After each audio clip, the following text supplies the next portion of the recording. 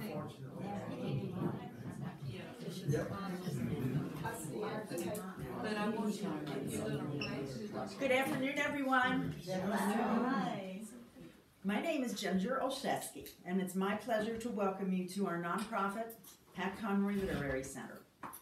We're pleased to have you with us for tonight's evening of poetry with visiting writers Libby Bernardin, author of House in Need of Mooring, and Jane Zenger, author of Night Bloomer.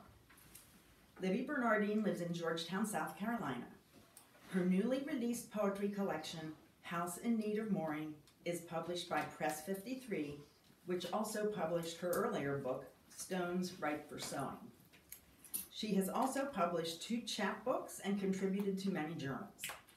Libby is a member of the Poetry Society of South Carolina, the North Carolina Poetry Society, and a lifetime member of the Board of Governors of the South Carolina Academy of Authors. She has taught numerous poetry workshops for Coastal Carolina University's Lifelong Learning Program and the Georgetown County Libraries. Libby's poetry has been honored with recognitions from the Poetry Societies of South Carolina and North Carolina. House in Need of Mooring pulls back the curtain on our natural surroundings and reminds the reader just what is at stake if we destroy our home. These poems further Libby's reputation as a master of the startling, transformative image. They also embody the losses, fears, sorrows, loves, and simple pleasures of life lived deeply. Jane Zenger lives and writes in Cedar Creek, South Carolina. Jane studied poetry at USC with the late James Dickey and was first published in his book, From the Green Horseshoe. After education and travels took her from the Palmetto State, Jane returned to South Carolina, where she supervised teachers and taught English and reading in both urban and rural schools. In 2000, she returned to USC as the Director for Federal Teacher Quality Enhancement Programs. After the project ended, she worked with teachers and children in Zambia and taught college English classes in Shanghai, China. Jane's love of travel has taken her around the world and back home to rural South Carolina. She is a passionate advocate of the spoken word movement in South Carolina and beyond. Night Bloomer, her first book of poetry, was published in 2022 by Muddy Ford Press. In Night Bloomer, Jane tells us that In Night Bloomer, Jane tells us that she decided to write a poem or a story a day, a year. It so happens that it is the COVID year of 2021. Her personal quarantine is compounded by the grievous situation that her husband, Steve, is bedridden at home, unable to walk or talk, in the final stages of dementia. This thread is woven throughout the book with intimacy, with frustration, with despair, with tenderness, with loyalty, and with joy. It's an honor for us to host Libby and Jane for tonight's poetry readings. They will both be available to sign copies of their books afterwards. Please join me in welcoming them.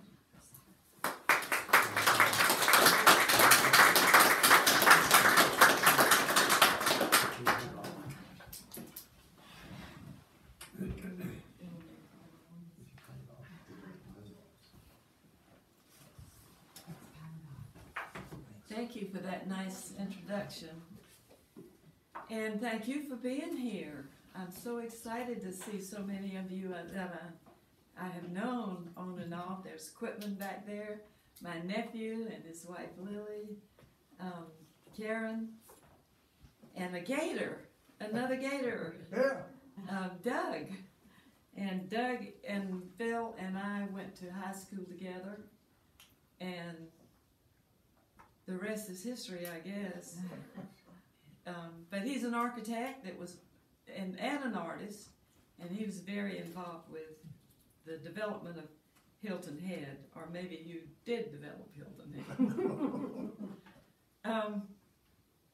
One of the things that I think happened to me in 2020 was that I was alone a lot, which we all were, but I think that year of not planning, not doing, not going anywhere, made me think about the world more. And I came across Ellen Bass's quote where she said that it's really the work of the world, work of the poet to write about the world as it is. And I think that those last three words, as it is, I took to heart. And even though I had written, I write about what's out around me, but I don't think I was taking a hard look at all the stuff that was going on in the world. And I hope you'll find some of that in some of the poems that I'm going to read to you today. I'd like to start with, and by the way, with Jonathan, I wanted to thank him. It's great that they are having us, that we're able to come here and share our work with you. Thank you, Jonathan. You're very welcome. You just done wonderful things for poets and writers. Thank you. It's an honor. I think that I'll start with a poem that I wrote from a prompt about, the prompt was for you to find, take one of the seasons, one of the 4 seasons, and write using all the language of that season. And it turned out to be fall for me, and this poem was very fun to write. I hope you can enjoy it too. Dear October, once again you fall into the scent of tea olive, reluctant to leave summer. Are you besotted with the season of riotous love, stuck on the summer equinox? You, the 10th month, a misnomer due to your old English, your old French roots. Another sign of love, no doubt, as you journey through your beer brewer season. Froth me with your brew. Wrap me in your octo arms. Color me liquefaction in sugar maple leaves. Apple feed me. Macintosh, golden delicious, Rome and Gala. Pecan me with your crackanut season. Slurp me with oysters. Passion in the morning fog. Oh, autumnal light bent toward decline. Oh, you, so close to death, a breath away. Mum's already a touch of November umber. The bard's bare ruined trees, day of the dead hovering. Speed along, wind whip your days. You, past middle age, yet snow's not on the rooftop yet. Do not evening us until you fling away mist and mellow fruitfulness and hand over your cool, sweet cider. Some of you probably recognize the Shakespearean bare ruined trees and mist and mellow fruitfulness from To Autumn. I love that, being able to take a line from a poet of another era and it's like having a conversation, and I think that's what poetry is we join the conversation of history and all the things that poetry has done, and poets have brought. Okay, now, let's see.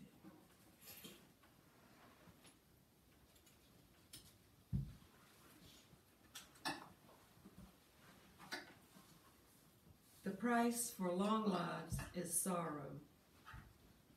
You could say a long and measured life walks with a dream.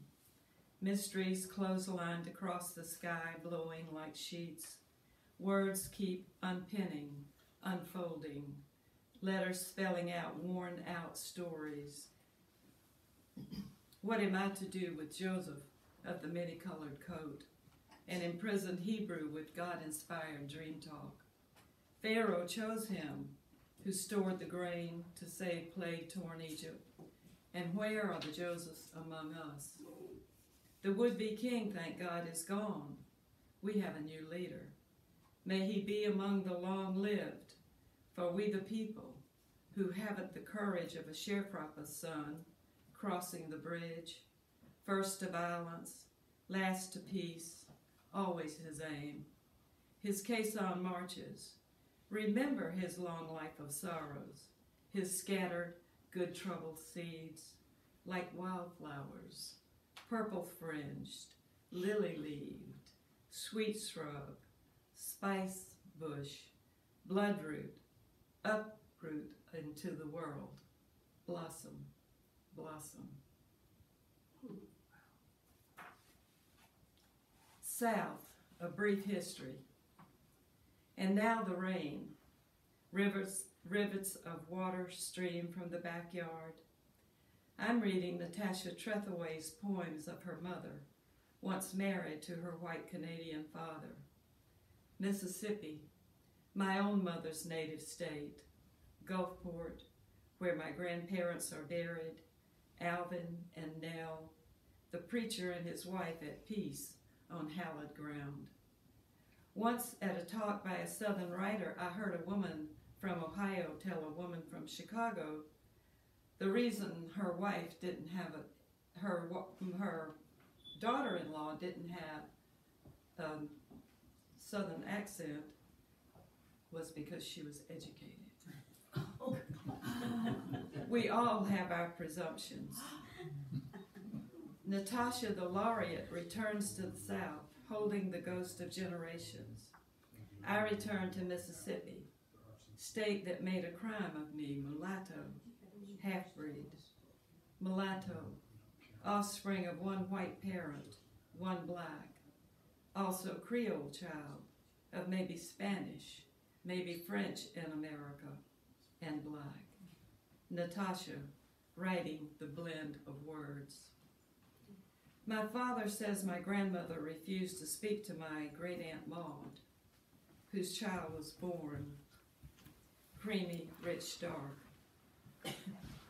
That guilt, caught by it, unknowingly nurtured. We all carry our beliefs' pain. Out of history comes Paul Robeson singing of the do-nothing river, of back-breaking work, of bondage, his voice water-deep before crossing the road in a king tide. I'm going to read a poem. I think I know this audience well enough that you can understand that when this happened to me, I was terribly humiliated. But now it has become funny. And though it happened to me years ago, I put it in a poem. And when I was in I graduated from high school, I had a terrible record. I did not want to go to college, much to my mother's chagrin. I took off in New York City and up there had a wonderful time.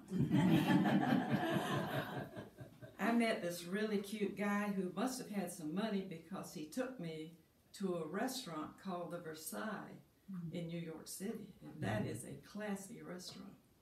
And during the time we were getting ready for the performer that you all will be amazed about when I tell you, he asked me what I wanted to drink. Well, I didn't drink. I had tasted beer and I thought it was awful. I learned a little bit better later. So I looked at him and very sophisticatedly said, I think I'll have a Spanish fly. Well, he looked at me and he said, what? And I realized I'd done something really wrong, so I said, can I just have a Coke? But anyway, the parable of the mustard seed, the chanteuse, and wild rice.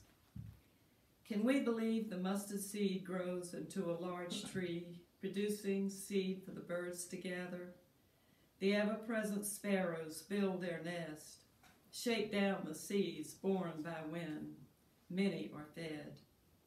The French called Edith Piaf La Petite Moineau, the little sparrow, child raised in poverty in a brothel, who sang her chansons on a street corner. Once I saw her at Versailles in New York.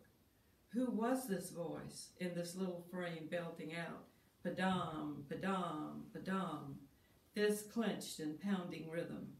her voice from across the sea, sending her song of love, La Vie en Rose.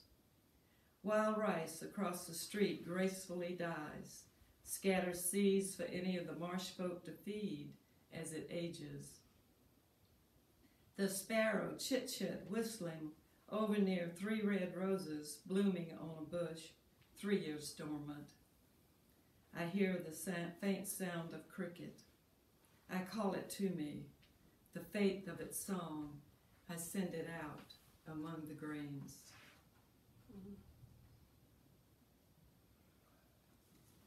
When I was a young girl and living in Georgetown, you could go from Georgetown to Charleston and seldom see a car, right, Doug? Right. And I had driven my mother to the airport. We were picking up somebody, I think. And we came across an accident, and I'll read that for you.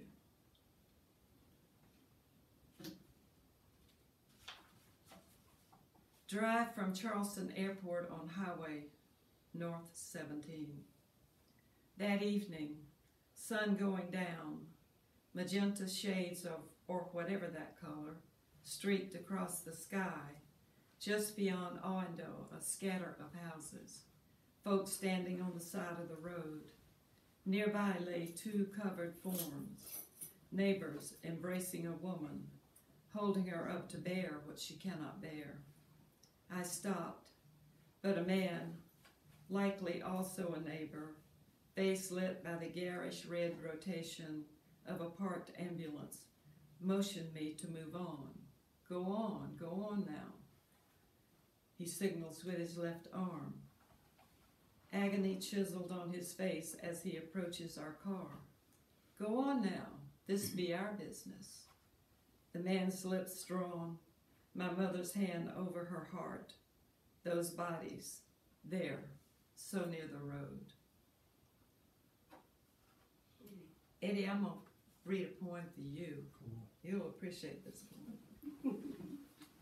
My mother-in-law came from northern Italy, and I never have written much about her. I think it's kind of hard to pinpoint her. I know what I want to say, but it never quite comes out right. But she was a very determined person and wanted things her way and adored her son, whom I married. And she said to me in front of St. Peter's Church once, just you remember, a man can have many wives, but he can only have one mother. Isn't that right, Eddie? Kind of. That's a good example. My mother-in-law meets the Pope. And this happened a long time ago, but I've only been able to write it. So I'd like to share it with you. My mother-in-law meets the Pope. Selina rushes to meet Il Papa, the man she most admired, not counting her beloved nephew to be named a cardinal. She, the sister of an Italian bishop and of the Simeon family, so high up in the Dolomites, was used to holiness, and there in her black mantilla, not far from the river Tiber, she looks up. He holds her hands and smiles. She asks if he likes chicken with his polenta and explains her recipe, a little onions and butter for rosemary chicken with my polenta. Ah, bende, bende. This is a guess, because I was walking up the Spanish steps with my sister, more to my liking. Even today I think of my mother-in-law, her fingers and thumb making an O. Bless my daughter-in-law, who is not here, who has too many dishes, who doesn't save her money, her un giorno di pioggia, excuse the accent. She could have admonished him to wear a sweater under his vestments, or ask him to bless the rosary she held in her hands. And bless always her son, my husband, who arrived at the steps to the Vatican apartments breathless and barely in time. How am I doing on time? 10 minutes. Okay. Also, during the pandemic year, I thought more about my very early years and wrote a few poems about that. It was kind of unusual because I thought I'd had that all behind me. I'd written enough. I wanted to write greater poems, not just what happened to me growing up on Goat Hill. I'm going to read that to you too.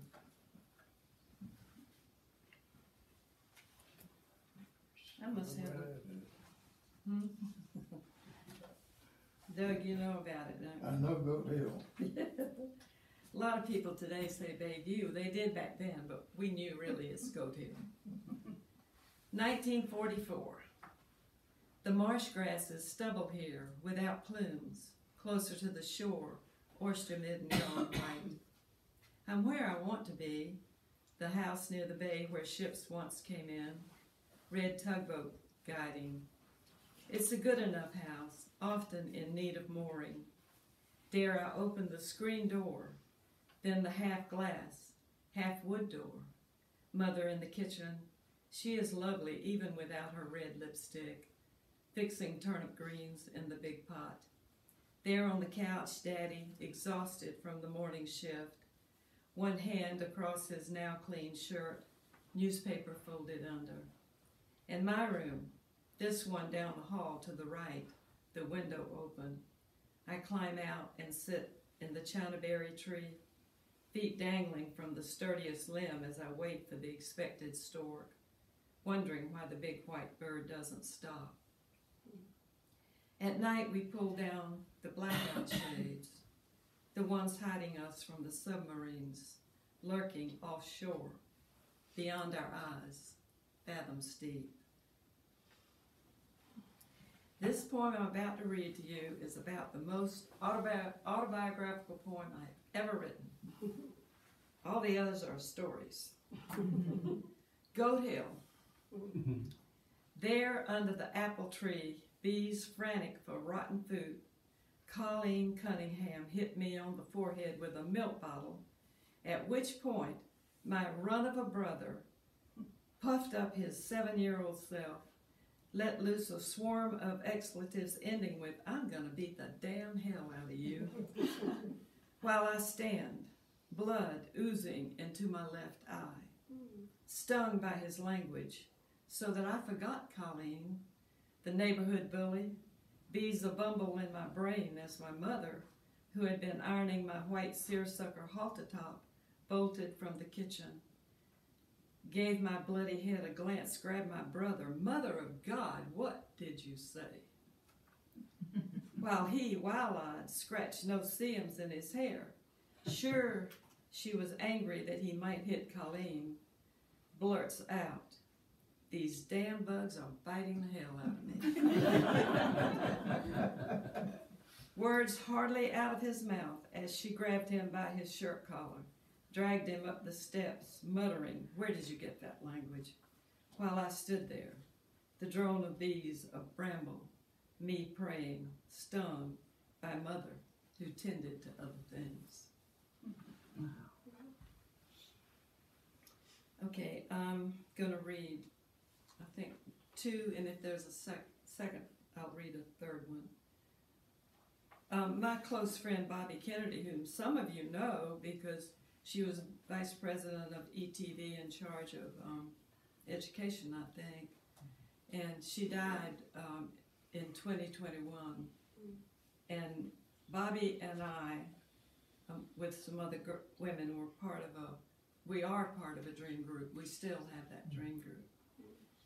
And we so missed Bobby because she was our high priestess. She just knew how to let people know that she loved you. She took care of you. Oh Lord, here we go. Got it. And now the empty space, remembering Bobby. Think of a coffee cup, a smear of lipstick on its rim there on the kitchen table. Think of your ritual every morning, putting curlers in your hair. Curl, spray, comb out. Think of the owl swooping down from the oak, graceful as a swirl of chiffon, dark eyes watching. Even after it flew away, its image imprinted for days. Think of you in the back seat of that cramped van. We travelers wondering why the car rental ignored our pleas for the larger excursion. You, our head honcho on the phone, this is not acceptable. Words left hanging in the air, like all the Jungian dreams tangled in our talk. And now the empty space, the veil between us, an echo in the ether. And when the owl flies, I am on its wing. She loved owls, and so do I. 65. Oh, right here. About yesterday.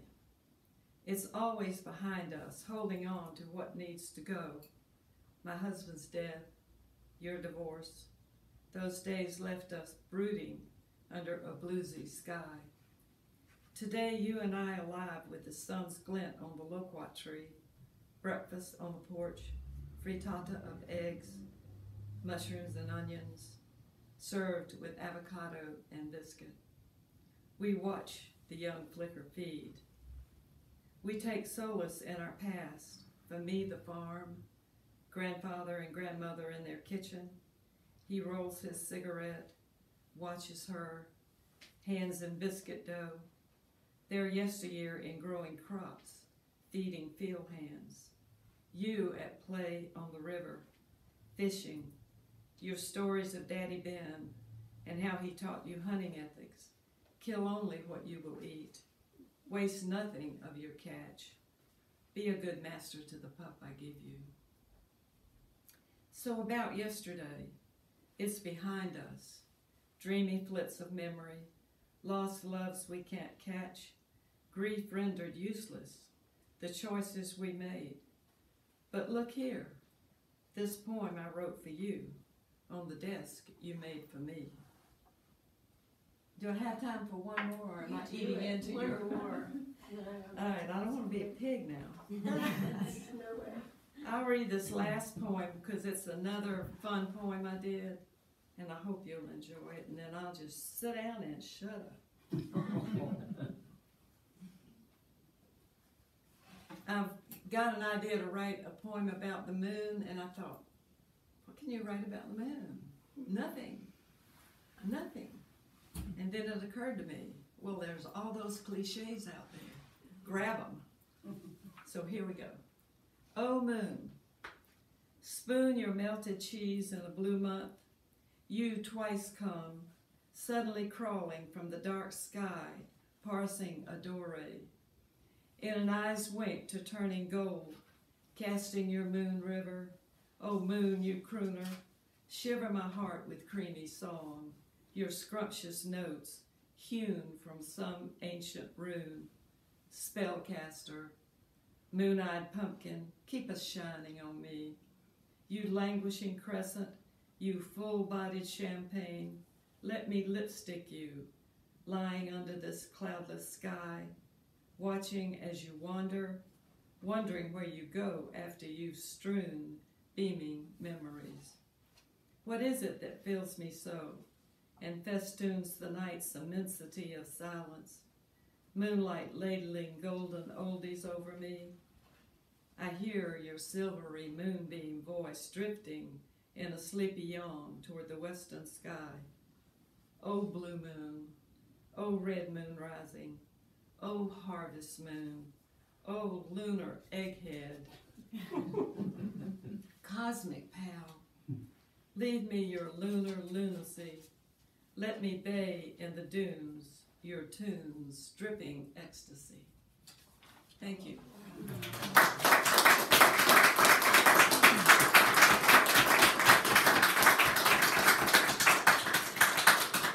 I would not have wanted to miss that lunar poem because Which one? I love the moon. Oh, good. Yeah. Thank you. Thank you so much. All right. Why is it so hard to act up? Good afternoon, everyone. I am so honored to be here today reading with Libby Thank you. We've just met recently, yeah, about an hour ago. And we have found so many similarities. We are both Southern writers. We have been academic writers, storytellers, poets. We've studied under the great poet James Dickey, and we were treated with respect and dignity. But for me, it may be because my 6'1.5" husband often went to class with me. For me, it may, but we both had early publications in his book dedicated to the students from the Green Horseshoe. And then we had academic careers and wrote many papers and poetry. Well, I am lucky to also recently have the support of Ed Madden, the Columbia Poet Laureate. Ed and I have been friends for a very long time. We worked together on projects. But he kept bugging me, send that manuscript, send that manuscript. So I sent it to him, and I get a call, and he goes, oh my gosh, we're doing this. And so then he immediately got a second job, and he was doing 2 jobs at the university. He said, I'll get back to you. So 6 months later, he calls and said, let's do it. So there was a project called the Laureate program. And the wonderful friend and brother of Pat Conroy, Tim, was in my writing group for 7 years, and Tim was the first person in the Laureate series. And then I was also part of that Laureates, and I was really happy to be, in the same program with Tim. Anyway, so this book was originally going to be in four sections. The first part, my early days of travel and exploration and getting into trouble on the road and in the woods. My second part was going to be my love of the natural world, especially my home and rural property and where I grew up on rivers. Fantasy poems that came in as seemed to be true stories, and true stories that seemed to be fiction, and I won't tell you which is which. People are always asking me, did that really happen? Maybe. Poems about my work. I took some sides. I was an English major, and then I studied geology and was sent to work in Alaska on the Gulf Coast. And I was in, I worked in Alaska and at the base of Mount St. Elias, and then at the base of, on an archaeological site, and it was very, very wonderful, and it changed my life. And then I had the opportunity to teach in Zambia after I started to retire, and then a year in China.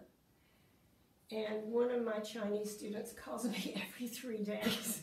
Still, this was 5 years ago. So I usually start my morning talking to Tai. He's now an English teacher in Dayton. He was my worst student.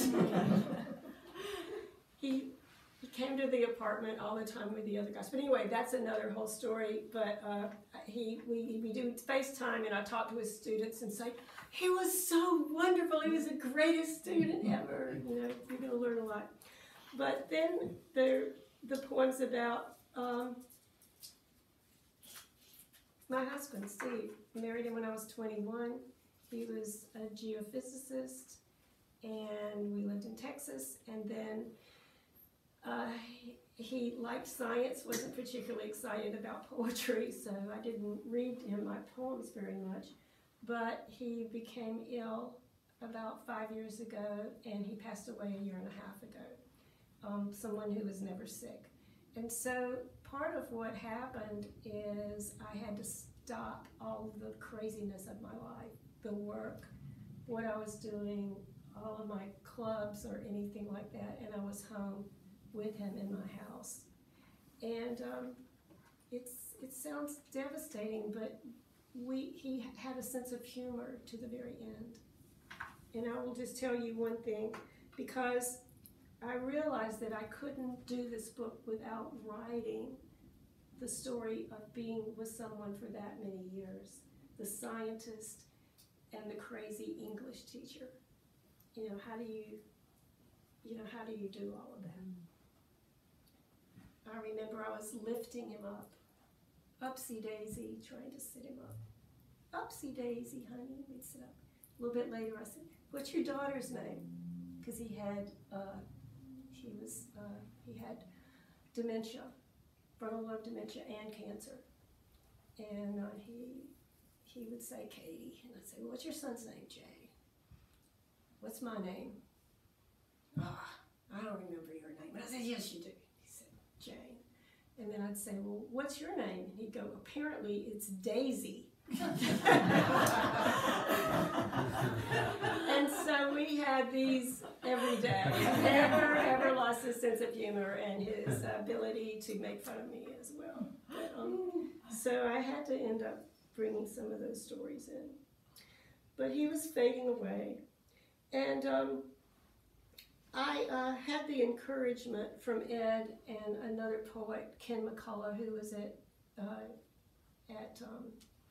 in Columbia during the 70s at ETV, and he had a program called Poets in America. And he took on a lot of us, the young poets, and he's still a dear friend of mine. He wrote the foreword to my book. But both of them said, I can't do this book without writing the truth about my life. And if I'm going to do it, we know you can write comedy, but you've also got to deal with that part. And so they're the ones who have encouraged me to tell it all. So today I'm going to give you a little bit of all of those things. And this is the book, Night Bloomer. It's a type of flower that I love very much. I'm going to just tell you why this title.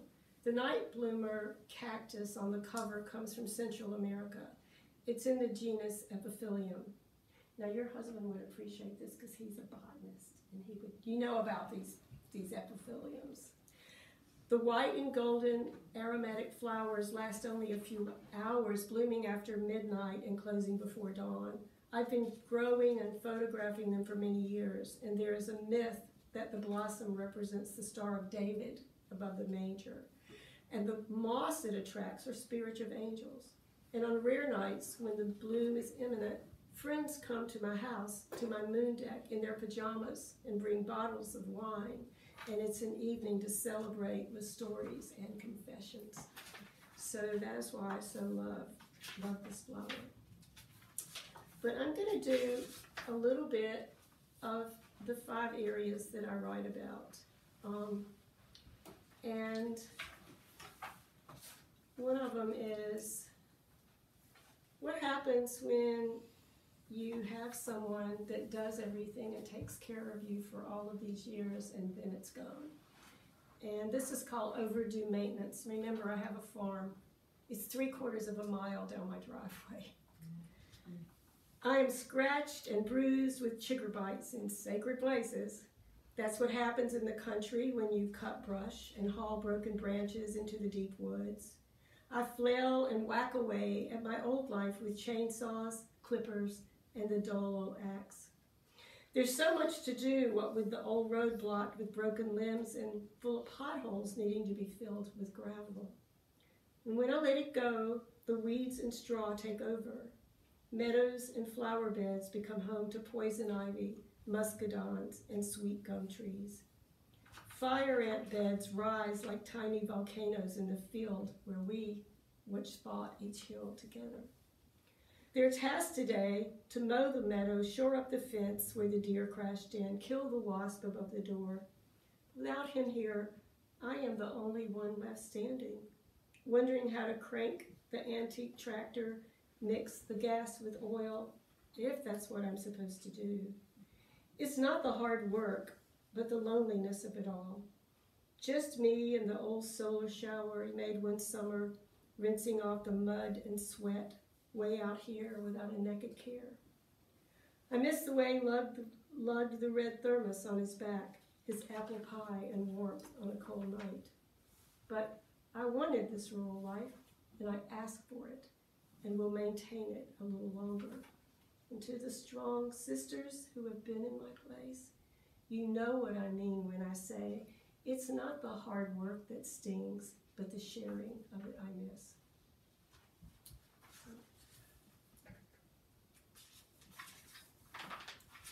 This next piece is called The Man of My Dreams, and it also speaks to me, my strange personality and imagination. It's called The Man of My Dreams. I saw the man of my dreams on Sesame Street. He was tall and dark, a bullfighter wearing tight toreador pants, a black and gold sequin vest, spinning and casting a red satin cape. He was singing a Spanish opera, passionate about the letter S, as was I. I saw the man of my dreams at the state fair. He was Apache, or maybe Inuit. His thick black braid hung down his back between broad shoulders. He was beckoning with the rhythm of the music. Black eyes reflecting neon looked directly into mine. The sound of his silver-tipped boots tapped. Come in, come in. Persuaded, I rode with him in my imagination for years. I saw the man of my dreams in Caesar's palace. I had just come out of the desert after a long dry spell, traveling down the canyon on the Colorado River. He was a blue-eyed Roman soldier with leather sandals, laced-up muscled legs, a pre-med major with a summer job. Since I was much too hot, he tossed me into the fountain of Bacchus and left me floating in an indelibly delightful memory of my own. The men of my dreams were innocent enough, but the real man of my dreams sleeps beside me tonight as I lie awake in this midlife insomnia. I see his thinning hair, hear his rhythmic snores, a sweet hum in the night. I see him as he is, with tough carpenter's hands that built this house, the strong, gentle arms that held me as I gave birth. He is the man who stays, and in the morning wakes me with a cup of coffee in a special cup that says, "Snap out of it," knowing that I never will. So, now,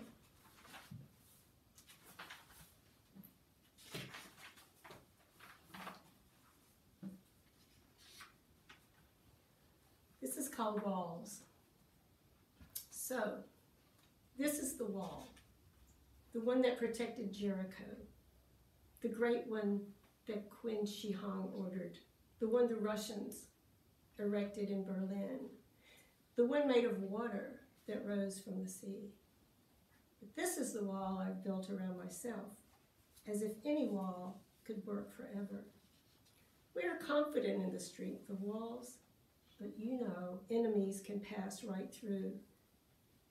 Biblically, take them down with trumpets. They are clever and will climb hand over hand or just ride the shaggy pony up the side. An unexpected wall of raging water can drown everything in seconds.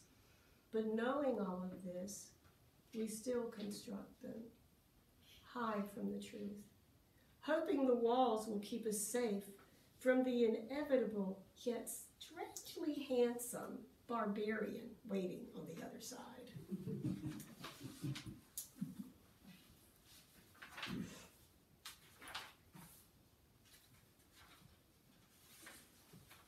There are two lost luggage poems.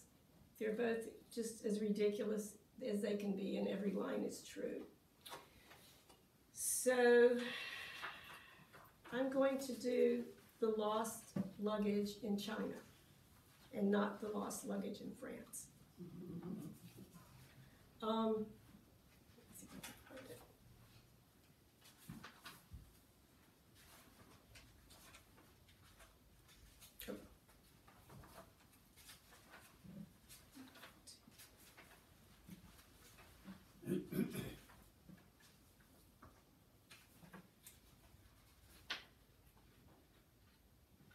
Well, I think you might hear France.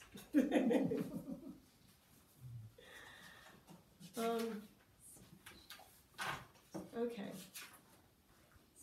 We're gonna hear France. Lost luggage number 1. We sent the luggage by train from Aix to Paris, low on francs and fearless. We hatched a plan to hitchhike all the way. 3 American college girls, unblemished, know what that means, and confident, but none too wily in the ways of the world. We started out in Arles, but there were dozens of guys on the side of the road, dirty, scraggly travelers with overloaded backpacks. We stepped around them to the roadside, singing American show tunes and kicking our legs like rockets. The very next driver careened to a stop and waved us in, jumping over the frowning gauntlet of hippie boys who had been waiting there for hours, perhaps days. We pounced onto a tiny camper to meet the elderly Dutchman behind the wheel. He was headed home from holiday and shared his blood oranges from Cassis. I am surrounded by angels, he said, as we settled in for the ride. And he was headed north to Paris and offered to take us all the way just for the pleasure of our company. We ate up his food, shared ours, sang for our supper to his obvious delight. He practiced his English and warned us about trusting strangers. Our southern accents confused and delighted him. 2 days later, we arrived in Paris, dirty, disheveled, cramped muscles, but full of cold sausages and warm beer. We gave him hugs and sweet kisses when he dropped us at the Gare de Lyon station to retrieve our bags and backpacks. But my luggage was missing, stolen or never sent. The clerk shrugged his shoulders and did nothing. Without money to bribe him, he could care less. My paintings and journals, gone. My gifts and souvenirs, vanished. The handmade doll from Provence, bottles of Beaujolais Village, my trusty Nikon, and rolls of film, all gone. You know, memories are not so easily stolen or lost, though. Adventures reshaped as fiction become journals etched and flying in my mind, sometimes landing on a new page. With loss comes the freedom of unencumbered travel, waving away the baggage of some material world, and still daring, just for the thrill of it, to put my trust in strangers. For what is worth living a year in the shadow of Montage Saint-Victoire? What is the freedom but hitching a ride for a song and a dance? And what better gift is sharing blood oranges and teaching our sweet Dutchman to say, in a sweet southern accent, well, I do declare, and bless your little heart.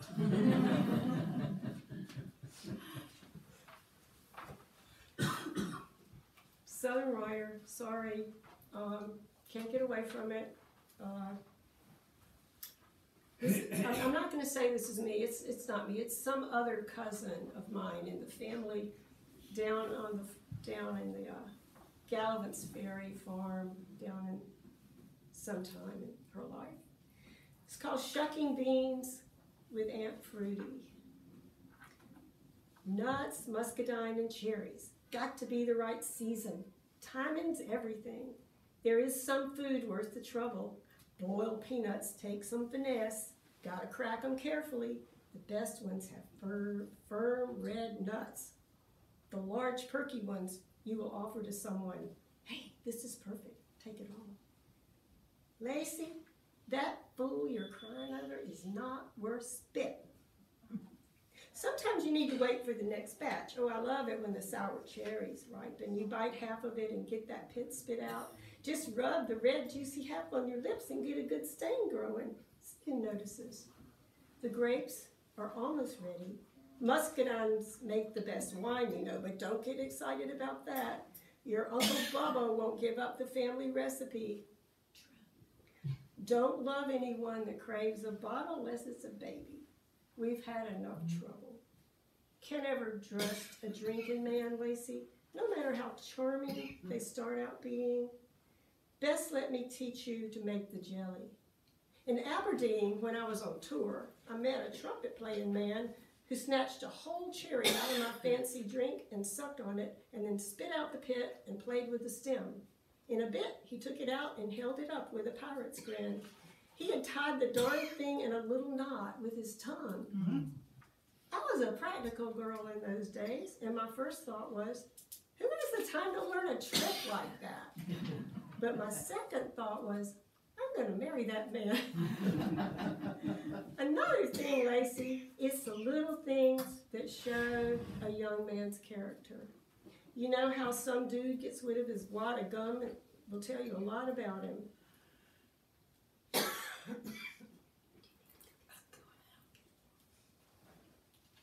Sorry. No, sweetie. Take care. First, is it bubble gum or juicy fruit or red gum? Does he think to keep the wrapper so he can dispose of it? That's a planner. Avoid those guys who spit gum out whenever the flavor runs out. They're only in for the short run. You know, Lacey, the highway to hell is paved with little round gum balls, factor peanuts, the roasted, dried ones. There was this Texan I met on a field trip who was darn good looking but hard to figure. Didn't seem to have enough patience to crack a nut. He popped the whole dang thing in his mouth, crunched the roughage, and washed it down with cheap beer. Never did figure out if he was lazy, hungry, or ignorant. But hailing from Texas, he should have known better. Stay away from those guys. They have serious issues. Me, I keep the wrapper and only drink at communion. Now keep shucking, Lacey. That's about all we can do sometimes. And when the season is right, you'll find him. Trust me. And that man who put the knot in that cherry stem, that's a story for another day.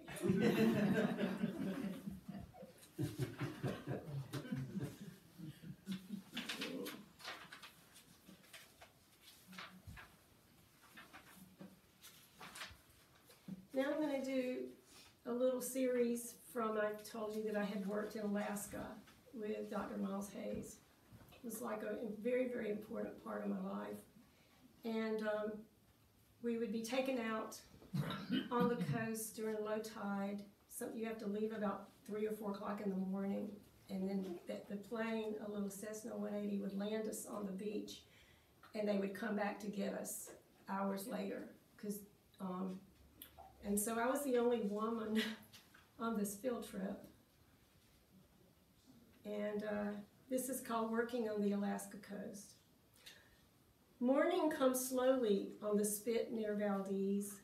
The mist flies down the beach like spirits summoned to a meeting. It is clear we are not welcome here. Our bush pilot circles looking for gentle slope where she can take us down to study the rocky beach below. We land hard beside the long spit, careen to a halt, and emerge into an empty land belching earth-bound clouds that spin around us. The pilot flies on and will return with the tide. We are uneasy this morning, even more than usual, between the clamoring sea and the dark mountain. The gulls and eagles scream their warnings. The black terns hover and dive, intent on driving us away from their exposed rookery. A whiff of something, the carcass of a dead whale or a seal. I put both feet into a brown bear track, following the same scent. There is driftwood on the beach, as large as ancient kayaks. Strands of slimy seaweed get tangled in the laces of my boots and take me down into the cold water. Blue and white icebergs had recently come ashore, deployed from the Malaspina Glacier. Like ice soldiers, they stand upright in the sand, blocking our best route to the deep channel that must be crossed. They line the shore, silent sentinels, sent to keep an eye on us. We were the first people to walk on this land. It was being built as we were out there. I don't know if it's still there.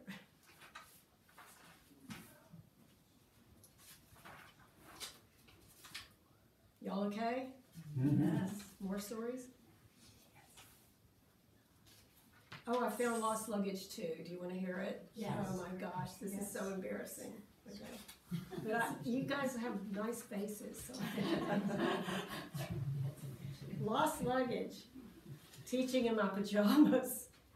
Somewhere in Beijing, my luggage slipped off the grid. I was passing through, making a connection, destination Taiyuan, and a university where I would teach for the next year. I headed south on the Shaanxi Regional Connection, but my bags missed the flight.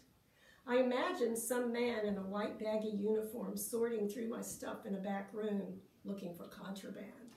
But finding a simple teacher's wardrobe, American music, books, and movies, all I meant to leave behind. I arrived hours late in the middle of the night, but the Chinese greeting party from the university had patiently waiting. A curious entourage, eager to welcome me to my new home. There were balloons and flowers, stuffed pandas, a welcome foreign teacher sign. For 3 days, I kept coming back to the airport, but no luggage. Finally, I met with the powerful chancellor of my college to report that I would soon be teaching class in my pajamas since I was out of clean clothes. This was the first of many comments causing confusion and panic to those without a creative imagination and prone to protocol and impatient. Authorities contacted authorities in that mysterious way that things are done in China. My luggage arrived the next day. The suitcase was grinning when I picked it up. It must have been touring first class, and judged by the rumpled mess, it had been entertained and had too much to drink. But the next day, I taught in my pajamas anyway, because that's just how I am. True or not true? True. True, not true? True. Every word.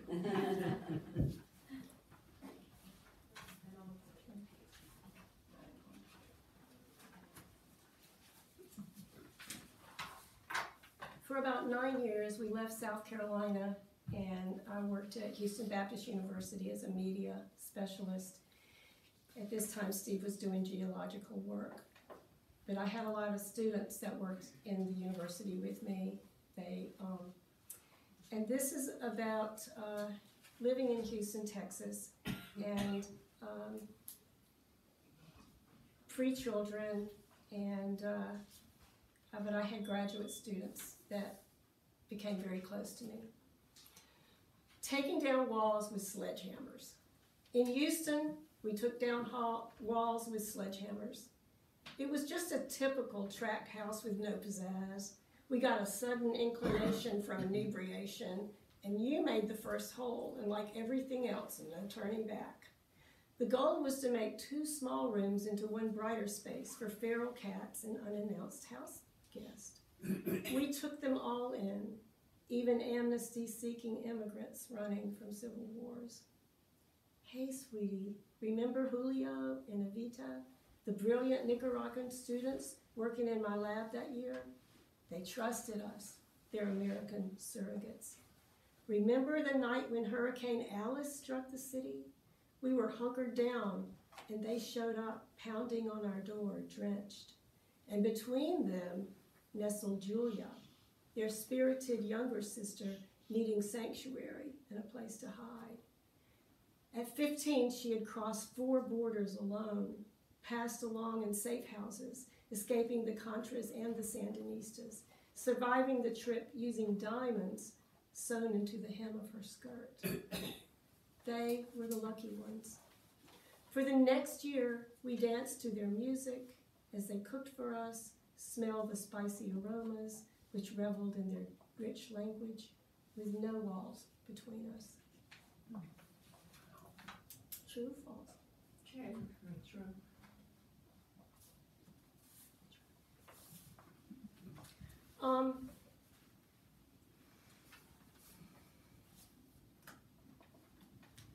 There's a period of time when you're losing someone and the way you're thinking is not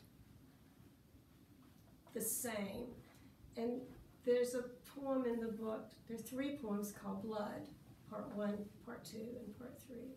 And this is the 3rd part of this poem. The first part starts when I cut myself really badly in the kitchen and I can't stop the bleeding. And this is a guy who, when we camped out in the woods and I cut myself, he could go out and make something and sew me up, and you know, it was, but he just couldn't even see what was happening. And so this is the last part of this called Blood. Who writes about blood? The same one who writes about magic and love and rivers, sweet peppers, and camping under the Mexican desert sky with stars so vivid we could see our naked bodies glowing with anticipation. In the Appalachian camping days, we showered off the semen and blood under soft waterfalls. Remember? Remember? And in Alaska, the rainbow northern lights surrounded us like an alien landing. We wrapped ourselves in a blanket and leaned on the van, shivering, necks strained up, looking into the splendid colors of the universe. Then that night, you sometimes remember, the night of the stars, but this day is gone before it happens. My wounds are of no consequence to you anymore. Our love is the empty shore after a hurricane. So, are we okay for 2 more short ones? Ed handed the book back to me when we just about were done with it, and he said, you can't write about night bloomer by saying it's a plant that you once had. What is the night bloomer to you? And I went, no, I didn't. So I worked on it, and I finally wrote what the night bloomer really was to me. And I have to tell you, if you want a piece of a night bloomer, write me, call me, come to my house. I've got like this big night bloomers, and just cut them off, and they'll grow for you, you know. But there are 3 parts to this. I'm only going, because we don't have much time, I'm only going to read you the 3rd part of the night bloomer piece. The first 2 are sort of set up for why I love the plant. The last part is this. Some years my giant cactus will not bloom, responding to years of drought and neglect. My old plant was stuffed into the back of vans and cars crisscrossing from Texas, Alaska, Maine, and finally now settled down for good here in my Cedar Creek forever home place. My cactus is an ancient generation, a rooting from my mother's garden, a plant that she pilfered before I was born, from God knows where. It is a descendant of the one I nurtured or neglected, depending on my own season. All night bloomers need ideal conditions. A full moon, summer storms with lightning, thunder like a beating heart in love. All must be in sync for the reawakening.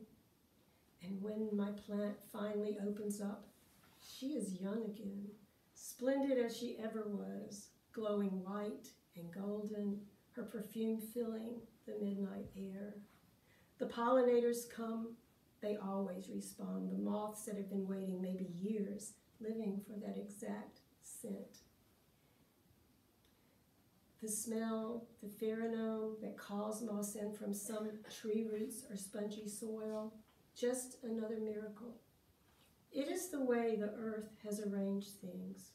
Some blossoms are just for the night. So I'm a night person in a world of lot people who are not, and it's a little hard.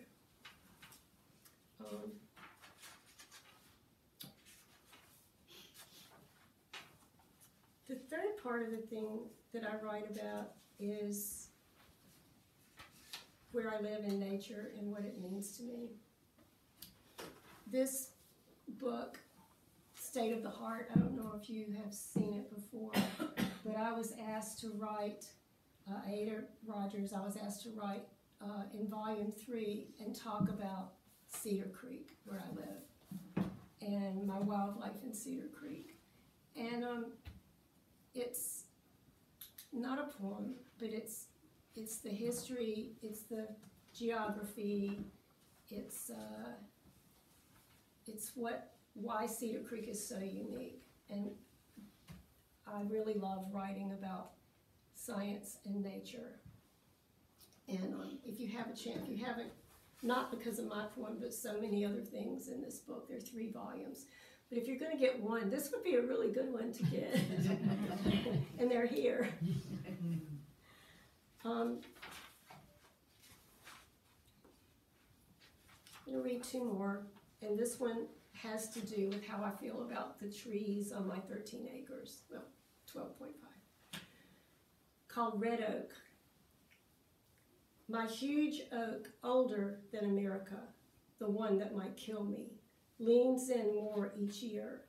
I am poised for her tipping point, the moment of no return. She has grown and stretched to seek more light. I get that. She is a habitat full of nests for Tweety wrens, raucous red jays, and in her hollow trunk are nighttime homes for great barred owls and my favorite flying squirrels. The oak runs the mistletoe hotel for the rat-a-tat woodpeckers and grubs. The chainsaw men have come and gone, leaving bids outside on the old porch table. Reasonable rates, but it's the moral cost to bring her down I can't afford. Beyond her bare gray limbs, I see a flawless sky. No wind or rain today, no clouds rising or twisters on the way. I look away and take my chances, living on the edge, hoping for another flawless day. And I will need to tell you one thing about that red oak. When it finally did come down, I was on my upper deck. The guy was up there cutting the limbs, and you have to limb them, it's a big tree, 300 years old, and you have to cut the limbs down before it comes down. Standing on my deck, 2 stories up, a limb that he cuts comes out of the tree, flies over to my house, and lands on the floor, but it's a snake. It's a big king snake. Oh my And it lands like as far as from here to the wall, and I go, boys, snake! And they stop and turn off everything, and I look at it and I go, oh, it's a king. I went down the woods to know, this is a rattlesnake, this is a king snake. They're good snakes. So I got my little broom that was up there, and I took him to the edge of the stairs, and he went down the stairs. But it made me late for my poetry group that I had to drive into town for, with Tim and Al Black and a number of other people. And I called and said, I'm going to be a little late today. I'm just headed in. A snake flew out of a tree and landed on my porch. And Al says, Zenger, I've heard a lot of stories from you, but this one is the worst. So it's one of those, true or not true? True. And it seems like it wouldn't be. And are y'all okay with 2 short ones? Okay. Just Another Dementia Day. Or Cedar Creek Rising. Pick. Both. Both? You sure? All right. Just Another Dementia Day. This was near the end of my time at home with Steve. I stand on the upper deck to watch the storm approach. The blue afternoon running for its life as gray envelops the sky. Rain erupts, thunder seizes my heart as I move back into our house. It is a solar home. Windows are the east walls. The better to see you, says the witch of the storm. Gale force gusts coming our way, the indiscriminate side of Mother Nature. Wind spins, pines shudder, the oaks bend. Inside the TV sputters everything about the weather. The weather radio turns on, and there is a shrill alert beeping between updates. The regular programming is disrupted. Our weatherman lives for this, calmly reporting the obvious. The local storm is bearing down now. If you're in the area, seek cover. The area in red is moving quickly past the lake. I'm in the path of the storm. I am alone with my man, so vulnerable in his hospital bed, immovable, unable to walk or talk. Barometric pressure drops and I am dizzy. Our wall of windows, so lovely on a sunny day, are terrifying now as the wind shows off, flailing away. Our woods outside are a war zone, limbs cracking and whistling. Squirrel nests detach and sail by, and then comes the hurling rain. I have no better game plan than to cover him with my body, pulling a rug over us and waiting for it to pass, praying the windows hold. And I look into his curious eyes, so beautifully blue and calm, and deep inside, he wonders, what is she up to now? And I have to tell you that I first put this together with our group, and when I read the first version of this to Tim, your brother looks at me and he goes, wow, what kind of rug was it? And I went, Tim, why does that matter? Yeah, I just need to see it. You know, I need to see the whole thing. So, y'all, as I said, the book has a lot of stories. It has, you know, I would love to hear from you if you decide to get it and read it. I'd love for you to say, I think this is real and this is not real, and see what happens with that. But I do want to say one more thing. I have come out from my sadness, and I have many, many friends and people who care for me that have decided you're going to get back to being Jane again. And one of them is sitting in this room, right there.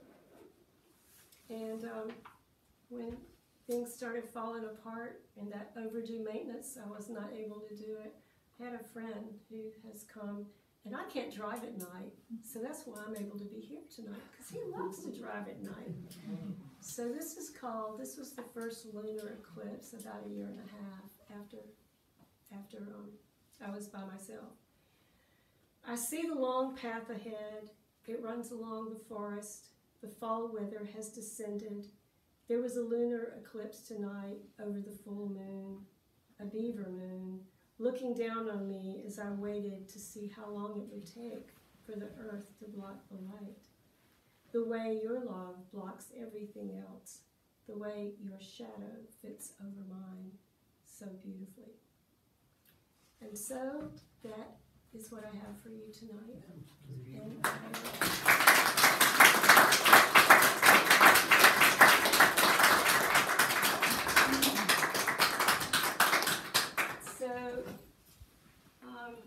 these are the books from the Conroy Center, and you have your books here if anybody's interested. And would you like to say anything else? Thank you all for joining us tonight. We really appreciate every single one of you being here. It's been an incredible reading. So thank you one more time.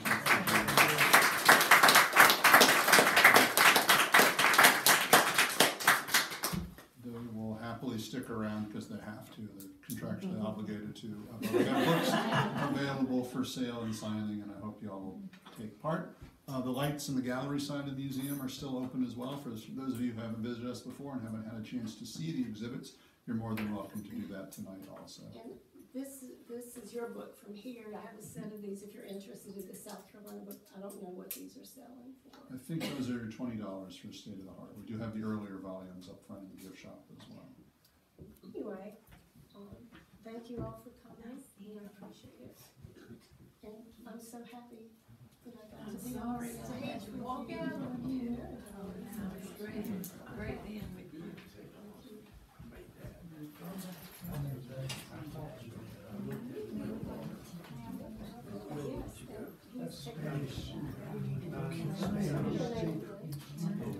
The room needs to be completely reset, but not until noon tomorrow, so I'm just going to leave it alone, and I'll do that tomorrow morning.